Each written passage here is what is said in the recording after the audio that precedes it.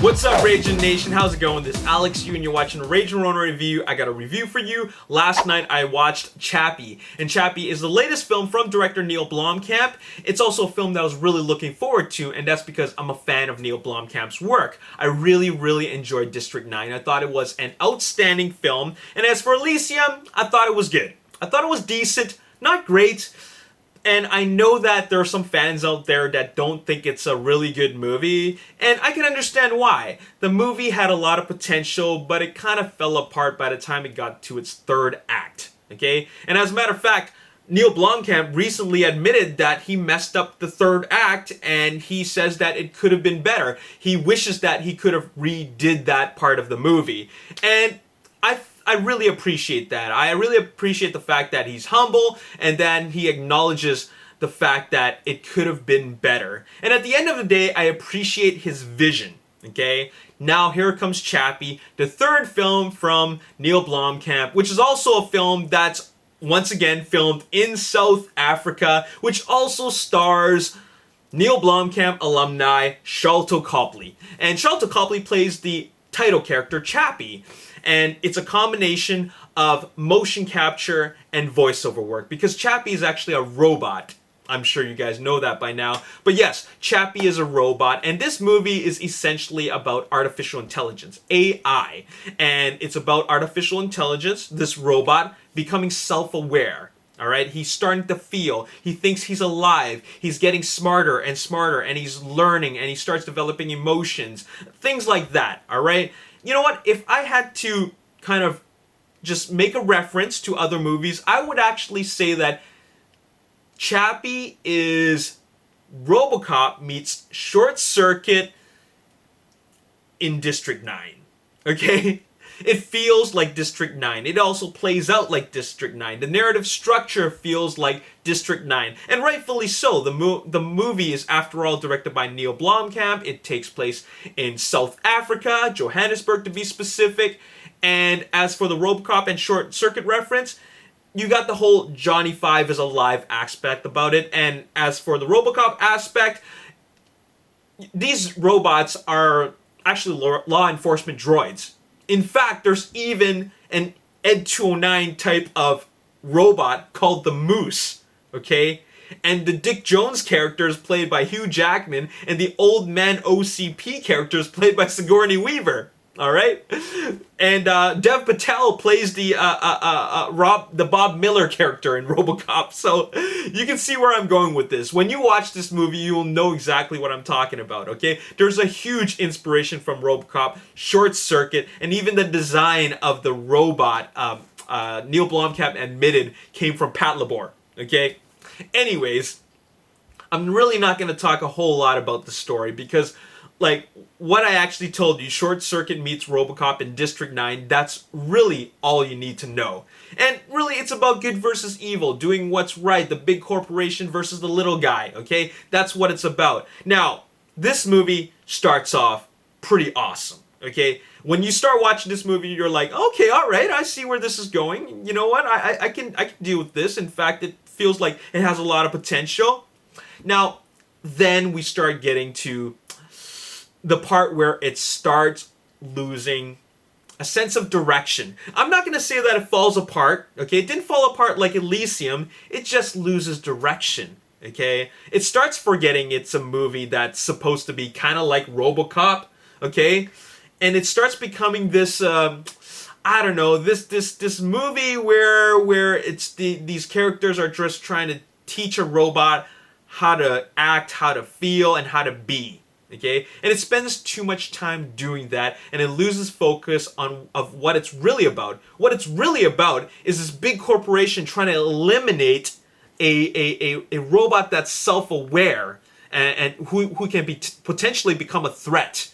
Okay, that's what it should be about. But it doesn't spend enough time doing that. It spends too much time developing the Chappie character to the point where we know it can do everything. Okay, we know you don't have to spend an hour developing this character. All right, even though I really enjoyed Sharlto Copley's performance, I would have liked to see the other version of this movie, and that is seeing more of Hugh Jackman's character, seeing more of Sigourney Weaver's character, seeing more of Dev Patel going head-to-head with Hugh Jackman so that we can really show the conflict between the big corporation versus the little guy. You know what I'm saying? That is the bigger picture, but we're just not getting a whole lot of that. And that's where I feel that Neill Blomkamp just sort of lost direction in the second act of the film, the middle part, okay?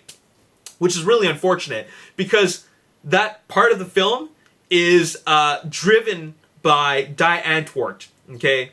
Now, I don't even know why they are in it, okay? I don't even know why their characters are named Ninja and yo-landi. They're real names, and they look like their real selves as rappers, okay?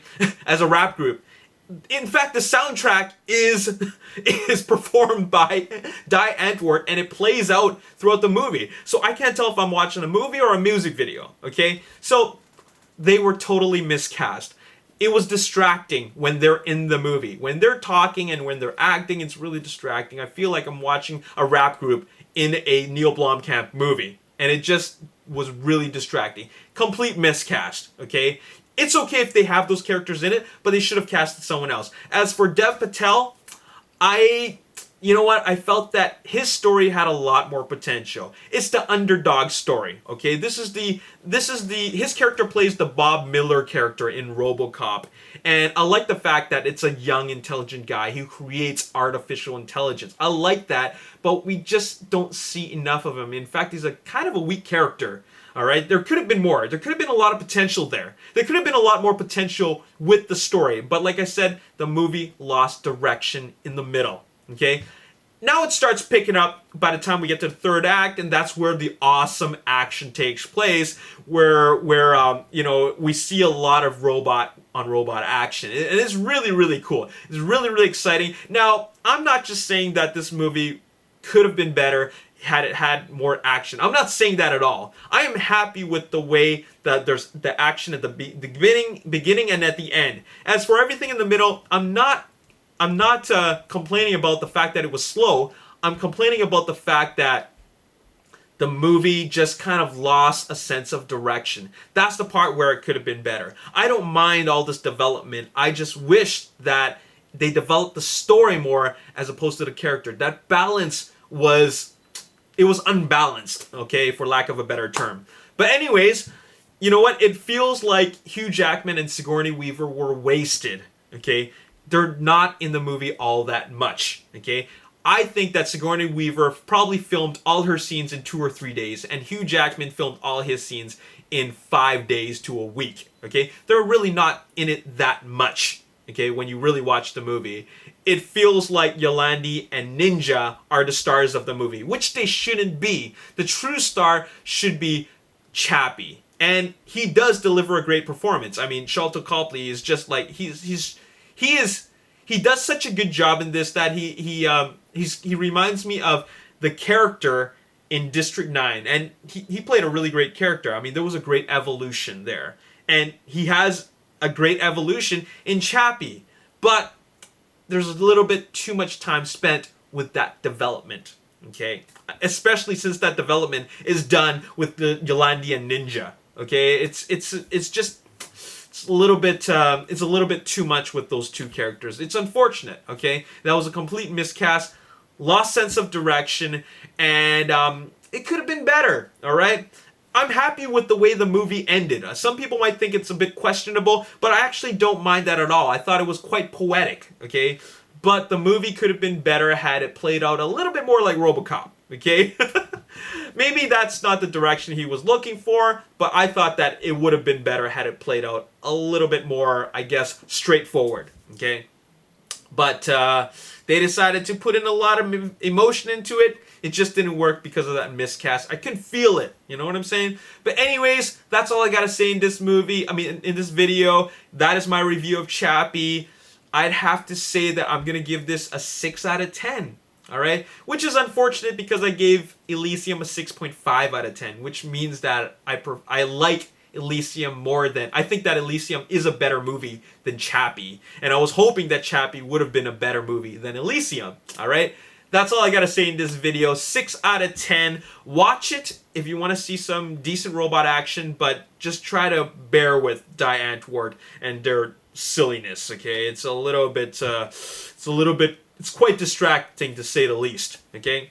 And as always, if you enjoyed this video, hit the like button, subscribe to the YouTube channel, like me on Facebook, The Ragin Nation, and also follow me on Twitter, @Ragin Nation. My name's Alex Yu. Thanks for watching. I'll see you next time. Peace. Like, a shadow, so we can't know what was that, but it looks like wires that are sprouting out of that guy's limbs. I don't know what it is, but it's very, very mysterious. I think